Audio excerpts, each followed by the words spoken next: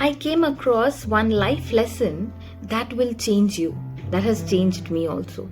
Okay, it is by Joy D. Jones.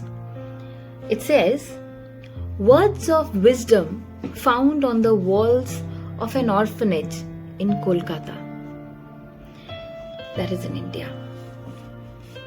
It says, if you are kind, people may accuse you of your selfish ulterior motive.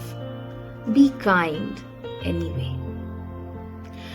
What you spend years building, someone could destroy overnight.